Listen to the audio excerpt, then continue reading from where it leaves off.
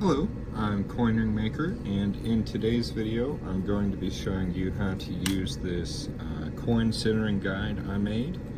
The basic idea is that you can put a quarter in this side and a $half in this side, and on the other side there's a hole in it measured for the punch you're going to push through it.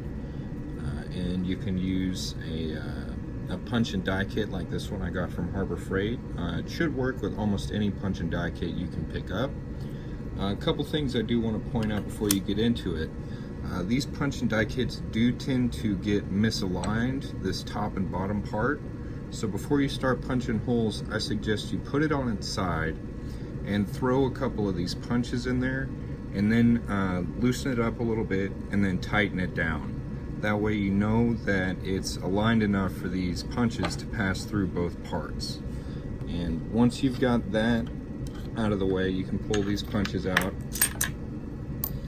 And then what you're gonna do is take your guide with the coin in it and just slide it underneath the proper hole.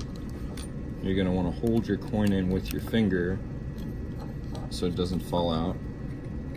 And then as you see here, you can see the hole on the punch and die kit and the hole on the guide. Now they're going to need to line up perfectly, and the way that I check that is I put the punch in there and I move it around until it's perfectly lined up. And you can rotate this and see that the punch doesn't move. You can feel that it's right on that coin, and you can actually move this guide and make sure that it's locked in there. And then when you want to start hammering, you're going to hold this punch in so it doesn't jump around and get off of that guide hole, because this is just made out of plastic, this guide, and these punches will drive right through it. I mean, you're driving through metal, it's going to go through the guide, so you want to make sure you've got it perfectly lined up before you start hammering. And now I'll take you to the floor and hammer this through and show you how nice of a centered hole you can get. I'm going to go ahead and take this all apart one more time just to kind of show you the loading process. So you've got your coin, you're going to pop it into this side, flip it over, hold it securely in there, slide that in, and then you want to make sure you can kind of feel it drop into that hole. Like if it's off balance a little bit, then you slide it in, you'll actually hear it click slightly when it drops in. Okay? And you want to hold this in and hammer it through.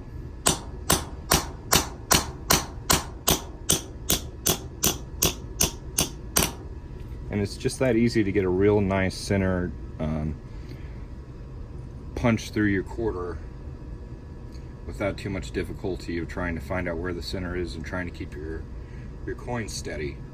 I like to use a 1-ton press and a smaller punch to push this out, and I'll show you how I do that right now. So here we are at my 1-ton press. It's a 1-ton arbor press. I got this at Harbor Freight as well. And when you do this, you want to make sure that you've got a whole gap lined up with this so that you're not running into this plate when you're trying to push this out. You want to have a hole underneath it to fall through, okay? Then we'll just get a smaller punch and just set that on top here. Make sure it's nice and lined up, and just drive it the rest of the way through.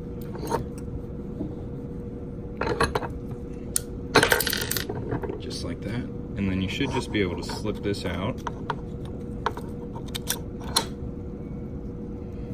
And there's your quarter with the center punched out. And that's basically how this works.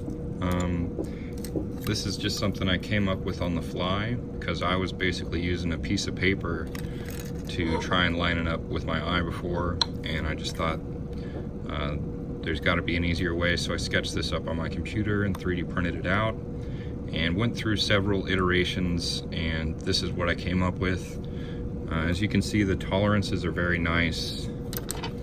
So like this punch just fits in this hole. It's perfect, as well as the quarters, the $half, and the punch for that as well. that's about it for this video. If you'd like to get yourself one of these, I'll put a link for my Etsy shop in the description below. If you'd like me to make some more, different punch size, different coin size, let me know. I'm always down for a challenge. And if you like this video, give it a thumbs up, subscribe to the channel for more coin ring making videos, and y'all have a great day.